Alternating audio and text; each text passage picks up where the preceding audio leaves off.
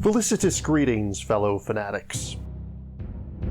Welcome back, one and all. I'm Adam the Fanatic, and today we're taking a look at Sherlock 13, a featherweight deduction game by Arcane Wonders and BoardM Factory. So grab your magnifying glasses, and without any further ado, let's dive in. In Sherlock 13, 2 to 4 players will be competing to be the first to determine which of 13 suspects is guilty. Guilty of what, you ask? A serious crime.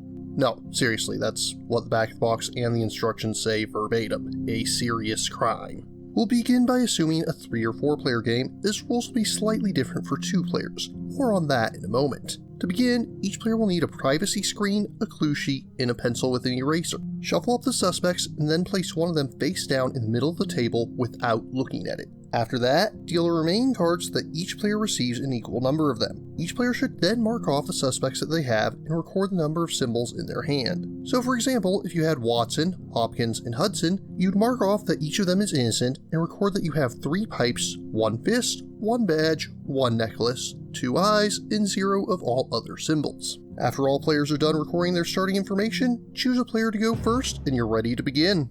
While players' turn, they may take one of 3 actions to try and suss out the culprit. The first action you can take is to investigate. When you investigate, you ask all other players if they have a certain symbol, to which they must answer a simple yes or no. They don't tell you how many they have, just if they have at least one of that symbol in their hand. The second action you may take is to interrogate. When you interrogate, you ask one other player exactly how many they have of a given symbol. Bear in mind that the answers to both investigations and interrogations are made publicly, so whatever you learn, other players will too. But eventually, you'll want to make an accusation. To accuse, simply declare who you think the culprit is, then look at the card in the middle. If you're correct, reveal the card and you've won the game. If you're wrong, place it back face down, but don't leave the game. You still need to answer other players' questions if they investigate or interrogate. Play continues like this until a player correctly guesses the culprit. Alternatively, if only one player remains, they win by default. When playing with 2 players, there are a couple of modifications to make. Firstly, during setup, deal out 3 cards in the middle instead of 1. Make sure that the culprit is distinct from the other 2. I like to place the culprit in the middle and perpendicular to the others. As you may have already realized, the investigate action would be completely useless in 2-player, so instead, you're given a different option. On your turn, you may choose to exchange one of the cards in your hand with one of the face-down suspect cards in the middle, though obviously not the culprit. When you do so, place one suspect from your hand face up in the middle of the table and take one of the face-down suspects into your hand. This means that players may only do this twice during the game, after which 2 suspects will be face up in the middle and all other non-guilty suspects in their hands. Aside from that, 2-player games play identically to 3 and 4 players. On to component quality, the cards are actually a bit thicker than your average card stock. They have a smooth, glossy coat and the artwork on them looks quite nice.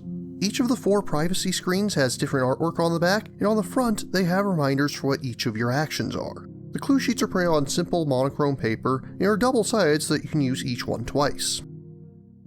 All in all, Sherlock 13 is a quick, fast-paced, enjoyable little game. It feels almost like a blend of Clue and Guess Who, but with more refined mechanics that focus solely on the deduction. The fact that all players get to learn the information that you do means that you have to time your accusation very carefully. Wait too long, your opponents will have more information than you want them to. On the downside, it really doesn't feel very thematic. I mean, am I just supposed to assume that suspects are leaving fists and eyeballs lying around? Regardless, it plays quickly, it's easy to learn and teach, and it makes for a good warm-up title. In conclusion, I find Sherlock 13 to be worthy of a solid 7.1 out of 10. If you're interested in purchasing Sherlock 13, my first suggestion, as always, is to check with your friendly local game store to see if they can get it in stock. If you're unable to find it or simply wish to learn more, links are included in the description. But what about you? What do you think of Sherlock 13? What Sherlock Holmes themed games do you enjoy? If you have any questions, remarks, or opposing points of view, leave them in the comments down below. And don't forget to like, share, subscribe, and ring that bell. If you really enjoy my work, please consider funding my channel on Patreon.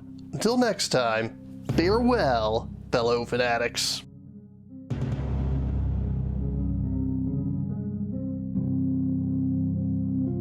Thank you again for watching. I have plenty more to share with you if you're interested. You can click up here above my head to subscribe to my channel. You can click over here on my monitor to see the most recent video that I've worked on. Or if you prefer, you can click up here to open this mysterious vault and see what video that the YouTube algorithm has picked just for you.